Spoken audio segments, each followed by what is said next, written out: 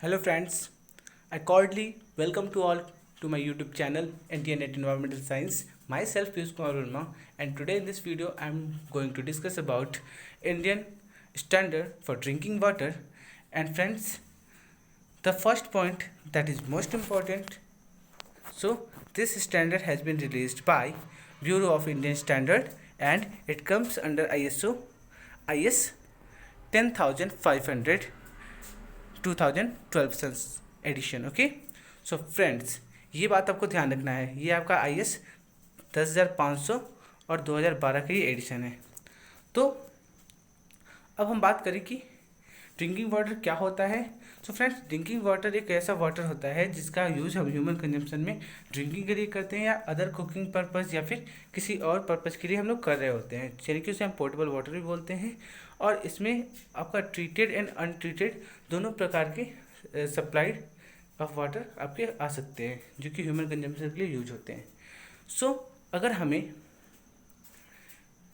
Standards की बात अगर करें तो यहाँ हमें physical, chemical and biological parameters को कंसीडर करना है। सो चलिए फिजिकल पैरामीटर्स की बात करें तो फिजिकल पैरामीटर्स में आपके colour, odour, pH value, taste, turbidity, total dissolved solids, ये आपके पैरामीटर्स आते हैं। और अगर हम बात करें इनके रिक्वायरमेंट, यानी कि कितना रिक्वायर्ड होता है हमारे लिए ड्रिंकिंग वाटर होना चाहिए, वो लिमिट, और कितना मैक्सिमम होना चाहिए यानी कि परमिसिबल लिमिट, हम ये दोनों ही पॉइंट्स को लेके चलेंगे और देखेंगे कि रिक्वायरमेंट में क्या है और आपका परमिसिबल लिमिट क्या है। ओके, सो चलिए कलर की बात करें तो अगर हेजन यूनिट्स, ध्यान है कलर को हम लोग हेजन यूनिट में मापते हैं और यहाँ पर 5 है आपका रिक्वायरमेंट यानी कि acceptable limit and permissible limit आपका 15 है। इसी तरह से आपका अगर ऑर्डर की बात करें तो ऑर्डर जो है एग्रीएबल होता है दोनों ही केस में। पीएच वैल्यू जो होती है, ध्यान रहे फ्रेंड्स, पीएच वैल्यू आपकी 6.5 से लेके 8.5 तक होती है और इसमें कोई रिलैक्सेशन, अगर बात करें परमिसिबल लिमिट की तो रिलैक्सेशन नहीं है। फिर अगर बात करें टेस्ट की तो टेस्ट आपका एग्रीएबल होता है। और टर्बिडिटी की बात करें तो टर्बिडिटी का जो रेंज होता है वो, यानी इसकी जो वैल्यू है एक्सेप्टेबल वो होनी चाहिए 1, और उसको हम NTU में मेजर करते हैं। एंड परमिसिबल जो लिमिट है वो उसकी होनी चाहिए 5।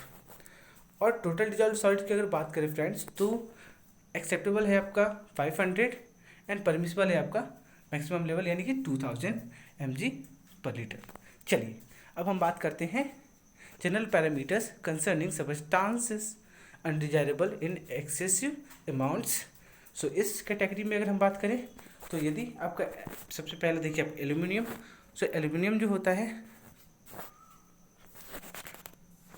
तो इस कैटेगरी में फ्रेंड्स सबसे पहले आपका एल्यूमिनियम, और एल्यूमिनियम का जो वैल्यू है acceptable limit and permissible limit, हम यही दो लिमिट्स को कंसिडर करके चल रहे हैं।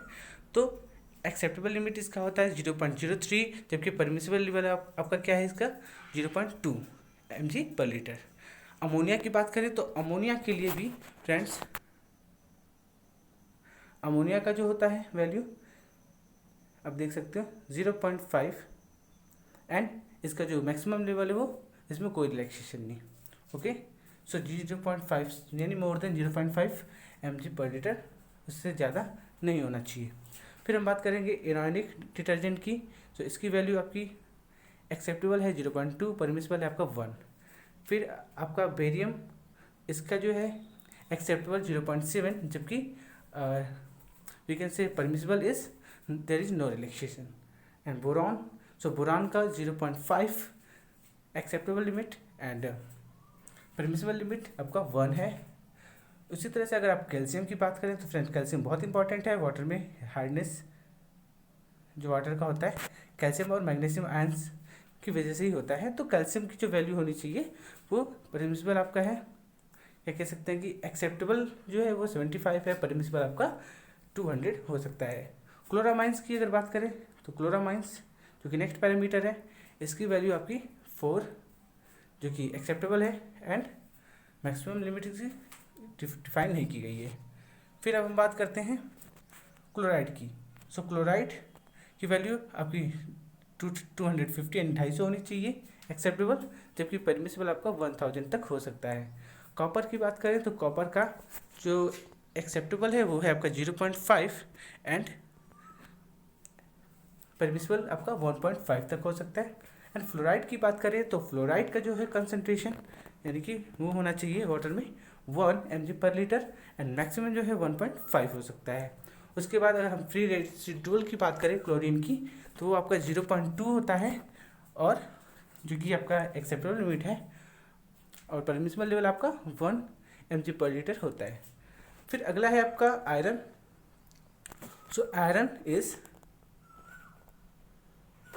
Very important. ओके, सो इसकी जो मात्रा है वाटर में 0.3 mg/लीटर होनी चाहिए जो कि एक्सेप्टेबल लिमिट है, and for maximum there is no relaxation. Next magnesium. So इसकी acceptable limit 30 and permissible limit आपकी 100 होती है mg/लीटर। Now friends, moving next we can see manganese. So manganese का जो लेवल होता है 0.1 एक्सेप्टेबल एंड परमिसिबल 0.3, जबकि मिनरल ऑयल की बात करें तो 0.5 acceptable and next nitrate. So nitrate का जो है आपका एक्सेप्टेबल लिमिट जो होता है फ्रेंड्स वो है 45 एंड मैक्सिमम जो आपका है परमिसिबल लिमिट नो रिलैक्सेशन।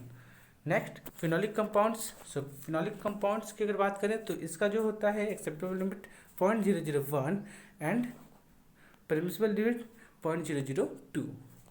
फिर हम बात करते हैं सेलेनियम। तो सेलेनियम का जो है maximum we can say acceptable limit is 0.01 mg/लीटर। And next one is silver. तो सिल्वर का जो अमाउंट होता है 0.1 mg/लीटर होना चाहिए एंड मैक्सिमम लेवल इसका डिफाइन नहीं किया गया है। नेक्स्ट सल्फेट की अगर बात करें तो सल्फेट का जो वैल्यू होता है वो 200 होना चाहिए जो कि आपका एक्सेप्टेबल लिमिट है एंड परमिसिबल लिमिट मैक्सिमम 400 mg/लीटर हो सकती है।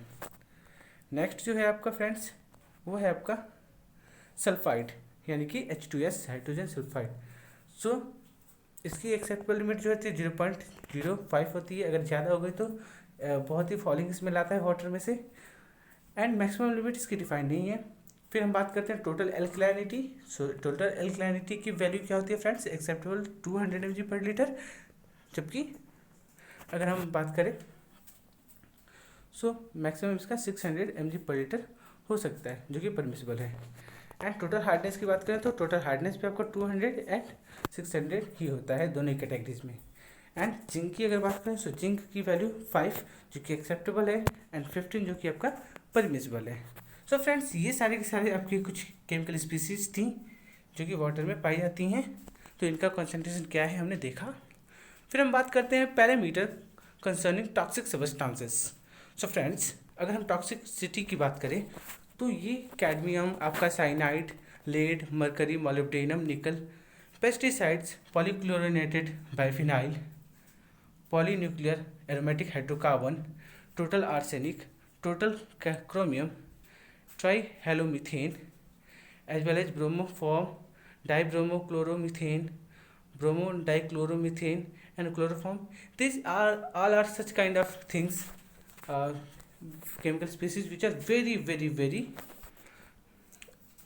toxic in nature. Okay, so अगर हम कैडमियम की बात करें सो रिक्वायर्ड यानी एक्सेप्टेबल लिमिट क्या होना चाहिए तो वो है आपका 0.3।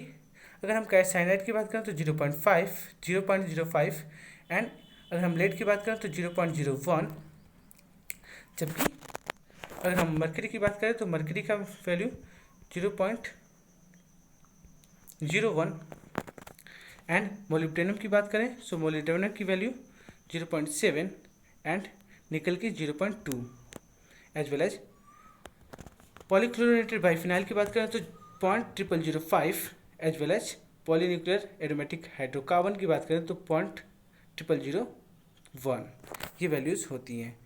टोटल आर्सेनिक की बात करें तो आर्सेनिक कंटामिनेशन अगर है बाय द वे तो आज सबसे बड़ा जो है आर्सेनिक कंटामिनेशन का cases even in our country you can see in West Bengal and other paddy areas.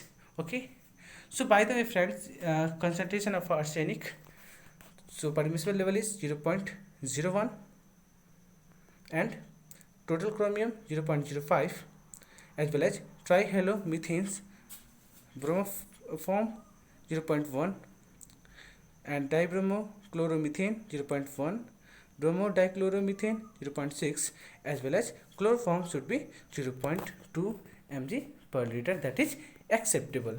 So now moving to the next parameter. So next parameter concerning radioactive substances.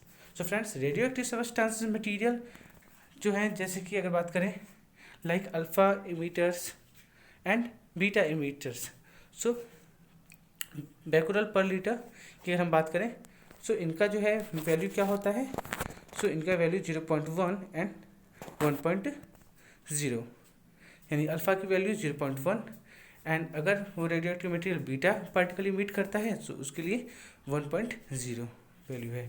And इसका जो है परमिसिबल लेवल यानी कि maximum level कोई define नहीं किया गया है। अगर फ्रेंड्स हम बात करें नेक्स्ट पैरामीटर की, सो नेक्स्ट पैरामीटर है आपका pesticides, residues, limits and test methods. So friends, अगर हम बात करें पेस्टिसाइड की, तो these are the pesticides and their values are varying significantly. So अगर हम बात करें एलाक्लोर, सो एलाक्लोर की वैल्यू है आपकी 20 microgram per litre and atrazine, so that is 2 and aldrin और dieldrin, so its value is 0.03 microgram per litre. Friends unit को ध्यान रखिएगा, ये आपका माइक्रोग्राम पर लीटर होता है, यानी बहुत ही स्मॉलेस्ट कह सकते हैं कॉन्सेंट्रेशन, यानी कि बहुत ही small concentration comparative to other जो आपके हमने प्रीवियस स्लाइड में देखे, उससे बहुत ही ज़्यादा स्मॉल ही कॉन्सेंट्रेशन होता है इनका। And alpha hydrocarbons and beta, so as well as butachlor, so इनकी वैल्यू आपकी 0.1, 0.4 एंड 125 होती है। क्लोरोपाइरीफोस की अगर बात करें तो ये 30 होती है एंड डेल्टा HCl की बात करें तो ये आपका 0.04 होता है and 2 chloro di we can say 2 क्लोरोफिनॉक्सी acetic acid का जो होता है वो वैल्यू है 30 एंड DDT की वैल्यू क्या होनी चाहिए, तो 1 माइक्रोग्राम पर लीटर होनी चाहिए। एज वेल एज इंडोसल्फान की वैल्यू 0.04, जबकि इथियोन की वैल्यू 3 एंड गामा HCl की वैल्यू होती है यानी लिंडेन की 2 माइक्रोग्राम पर लीटर एंड आइसोप्रोट्रोन की जो वैल्यू है वो 9 माइक्रोग्राम पर लीटर हो सकती है। मैलाथियन की वैल्यू जो होती है वो 190 हो सकती है माइक्रोग्राम पर लीटर, जबकि मेथिल पैराथियन की वैल्यू 0.3 और साथ ही साथ मोनो क्रोटोफोस की वैल्यू जो है आपका 1 एंड फोरेट की वैल्यू आपकी 2 माइक्रोग्राम पर लीटर हो सकती है। Okay friends, so this is most important standard for drinking water where we are considering all kind of water chemical species. So अब हम बात करते हैं finally bacteriological quality of drinking water यानी कि बायोलॉजिकल पैरामीटर्स की।